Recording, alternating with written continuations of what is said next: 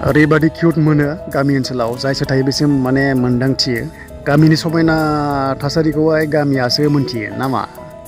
नायबा दा रायजोफोर जों दायो खायजामाथि होननाय जायगायाव थांगासिनो दङ ओरैहाय लेफ्ट साइडजोंहाय बे लेफ्ट साइड लामाया डाइरेक्ट मंगलि सहैबाय बेनिफ्राय ओरैहाय अदालगुरि टाउन डेन्जारलै लामाबाव नै स्पिड ब्रेकार गैयाना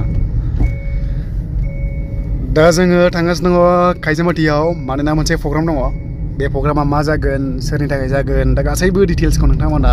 भिडिअ नायलांबाय थाबा मोनगोन ना मा होनो दाबरिया नंगौ औ भिडिअखौल' नायलांबाय था भिडिअखौ नायलांबाय था मा जागोन मा जाया गासैबो डिटेल्सखौ मोनगोन आरो सोर थागोन सोर फैगोन एक्चुअलि प्रग्रामा 14आवसो सेप्टेम्बराव दा बाव मोनसे मा प्रग्रामनि थाखाय रेडि जागासिनो दङ बेखौ आं डिटेल्सखौ नोंथांमोनजों खिन्थागासिनो दङ नायलांबाय था नोंथांमोना रायजो राजाफोर भिडिअखौ लाइक खालाम कमेन्ट्स खालाम 1 मास जाबायमोन 1 मान्थ ग्रोब भिडिअ खालामनो टाइम मोनैया दिनैसो खनसे अ माय गड दा बे लामाया डाइरेक्ट मंगलि सहैयो बकरपाराया जोंनिफ्राय 18 km दङ आरोना मालाबा स्राय जोङो शिलं थांसै नङा होमबा खनसे मोजाङैनो थांगोन एसे मोजां हलिडेआव मोजां हलिडे नायनानै औ थाबैनो थांगोन बोथोरा दा वेदारा बिराद मोजां जाबाय बांद्राय गोलोमलाबो स' शिलंआव बिराद बेस्ट जागोन फट'शुटफ्राव आरो रिल्स खालामनोबो बरिया जागोन रिल्स खालामनांगौ ना कट गाननानै ओमफ्राय रायजोफ्रा गोबां कमेन्ट्स खालामदोंमोन ना जुखामखौ देग्लाय गायगोन ना गायला आदा होननानै जुखामा देग्लाय गायबावगोन आं माने प्रजेक्टआ देग्लाय एसे बारासो थांनाय बाराव प्रफिटआ मोनदों मोननाया बाट थांनाय बाराव फार्स्ट एक्सपिरियेन्स गैयामोन ना फार्स्ट टाइममोन दा बेखायनो राइट टाइमावहाय गायनो रोङाखैमोन एसे राइट टाइम गायनांगौ नभेम्बराव गायनो हायोबा बिराद मोजां आंथ' डिसेम्बर ख्रिस्टमासनि सिगां गायदोंमोन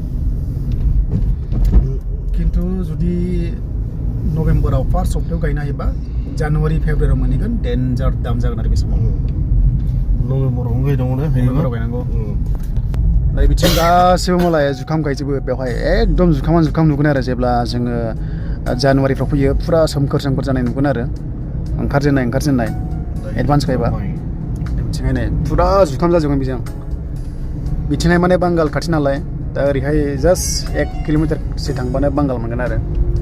दा बे जायगाया फुरा बर' गोजा खायजामाथि होननाय ओनसोल बियो दा जों खायजामाथियावनो थांगासिनो दङ मोनसे गोनांथार प्रग्रामाव माने जाहां 14 सेप्टेम्बराव दा जोङो मोनथारसिगोन बै जाबाय खायजामाथि हाइ स्कुल माने दायो आपग्रेड जानानै हायार सेकेन्डारि स्कुल खालामबाय बेनि ओरै उनावहाय आरो मडेल स्कुल दङ आरो दा जोङो ओरै थांगोन ओरैहाय अदालगुरि सिदा थांबाय ओरै सिदा नैबे जों अदालगुरि थाङो खोन्थागासिनो दङ नैबे जाबाय ओरै अदालगुरि थांबाय ओरै जाबाय डाइरेक्ट कारपिटि मंगलदै सहैलायबाय बेजोंबो आरो दा बैयाव बैसागु प्रग्राम जायो दा प्रग्रामा बेयावनो जागोन आरो मेनआ ओमफ्राय बे जाबाय खायजामाथि सक जों दा खायजामाथि थांग्रोनोसै एसे साहा लोंनो बे जाबाय खायजामाथि सक नैबे जाबाय एबसु अफिस बे क्लाब पुरा एरियाखौ मिन्थिजोबखायो आं माने गोदो उन्दैयाव गुलि फैयोमोन बे जायगायाव क्लासमेटफोर गोनांफोरजों दा जोङो मोजां साहा हटेल नागिरनोसै बेनिफ्राय जोङो एसे औ बैयाव मैगं बाजार जायो बिराद मैगं बाजार बैयाव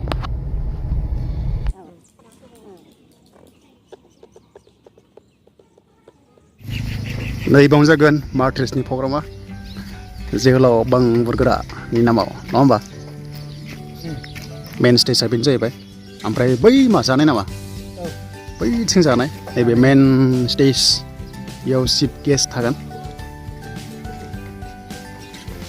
फुरा रेडि खालामगासिनो दङ नैबावहाय डेक'रेसना जायोबाथाय ओरैबादि किउट नुगोन आरो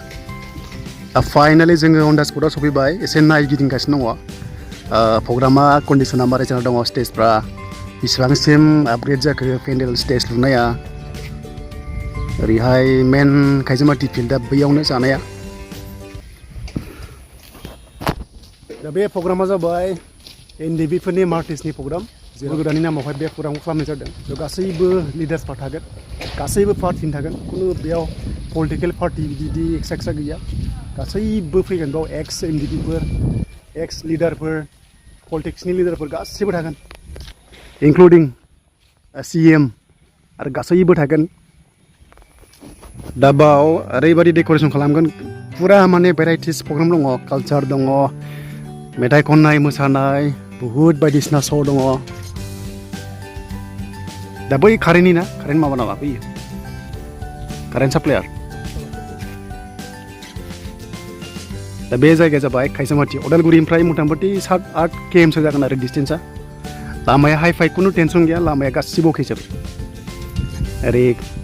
खामानि मावगासिनो दङ बे प्रग्रामनि थाखायनो आरो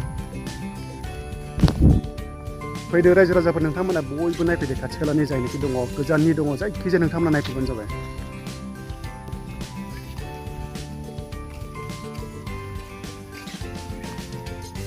बे जाबाय मेन गेट जागोन जानायनि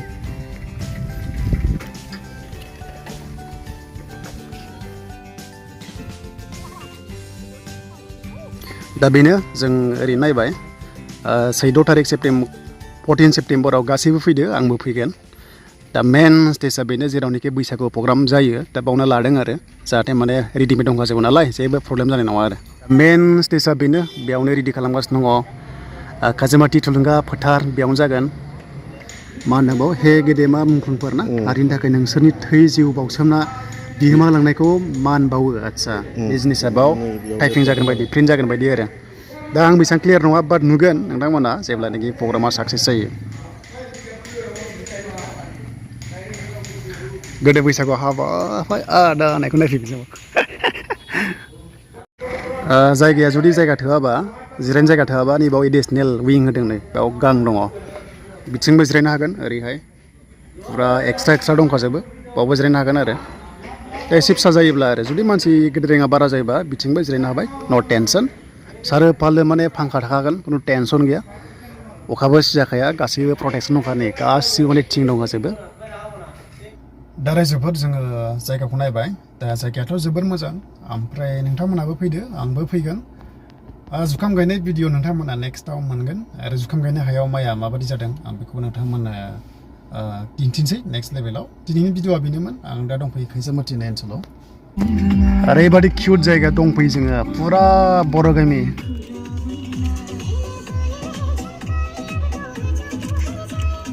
भुटान हाजोखौनो हरदो बै जाबाय भुटान ओइथिं अरुणाचल ओरैबायदि किउट मोनो गामि ओनसोलाव जायसो थायो बेसिम माने मोन्दांथियो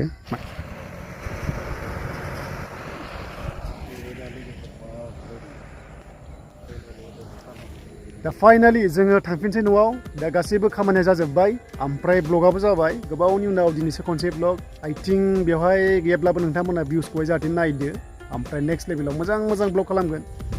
नैबावना बेयाव फुरा डेन्जार जुखाम गायो बेयाव बर'आनो ओरैबायदि जुखाम गायो ओरैबायदि मोजां लाख थाखा खामायो मथा मथि सासेयानो 6 लाख 7 लाख थाखा खामायो आरो बे जुखामनिफ्राय नोंथांमोनहाबो इन्टारेस्टेड दङबा गायबानो जाबाय गायनो हागोन देग्लाय आंबो गायगोन गायनायालाय जोङो ओरैनो थानाङा जोङो जि मोनो बेखौनो मावनांगौ आबादनि समाव आबाद नंगौना नङा नंगौ बिजनेसनि समाव बिजनेस साकरि मोनबा साकरिबो मावनांगोन डाबल जि मोनो बेखौनो मावनांगोन आरो नंगौना नङा थिग दङ लाब्रा बेनिखायनो जोङो बयखौबो इनकारेज होलायनांगोन जोङो थुलुंगा होनांगोन आबाद मावनायावनो जा जि मावनायावनो जा ओरैनो थानाङा आरो जोंनि बर'फोरा जौगानांगौ जेथिंबो बिजनेस मेन बिजनेस माइन्डेड जानांगौ बिजनेस आरोना माइन्ड